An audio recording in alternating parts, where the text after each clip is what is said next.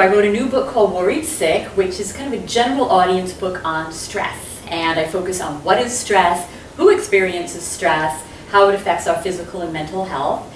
And then my favorite chapter is on why some people can withstand tremendous amounts of stress and do just fine, whereas other people are derailed and depressed by even seemingly slight stressful events in their lives. And thinking about what is it that makes some people very reactive to stress and others just roll with it. And there are a variety of different clusters of factors that matter. And some are very basic, some are structural factors. Those who have more money, those who have more friends, those who have a supportive family have precisely the resources that can help them. And it seems mundane, but if you lose a job, it really helps if you have a financial cushion. Yeah. If you lose a job, it helps to have family members who maybe can help you to find a new job or who can listen to you or offer support. So absolutely economic resources, educational background that helps you to creatively problem solve and having family support very much matter. But also psychological factors matter, especially personality. And there are a whole bunch of different dimensions of personality that I talk about in the book.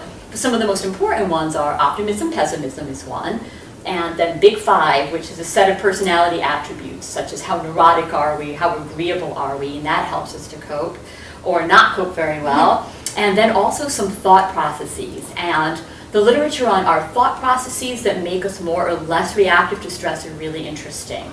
And so two particular ones that I found really entertaining to write about and to think about are processes called rumination and catastrophizing.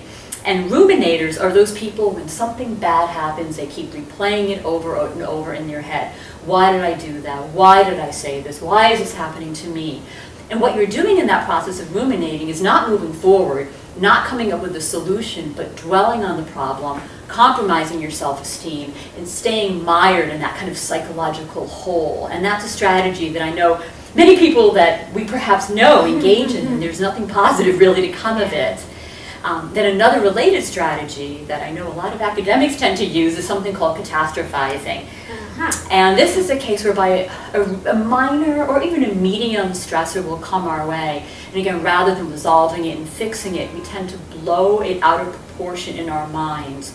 So for instance, we miss a writing deadline. And rather than just saying, I missed this deadline, I'll clear my slate tomorrow, I'll finish my chapter, what you instead do is allow the consequences really to spiral out of control in your head. They're going to hate me. Exactly. They'll never publish anything with me again. Absolutely. Or even something more mundane. I got a speeding ticket, which means, oh my God, what if I don't pay it? What if I go to jail? What if I'm fired from my job? And that's a tendency that those who have a neurotic personality type that I mentioned earlier tend to be more susceptible to. But there are some tips in the book about how to stop those processes, to recognize when you're catastrophizing, to recognize when you're ruminating, just to step back and take a breath and really say, how likely is it that these negative consequences are going to happen? And so by stopping the negative processes, we can then use more adaptive coping patterns.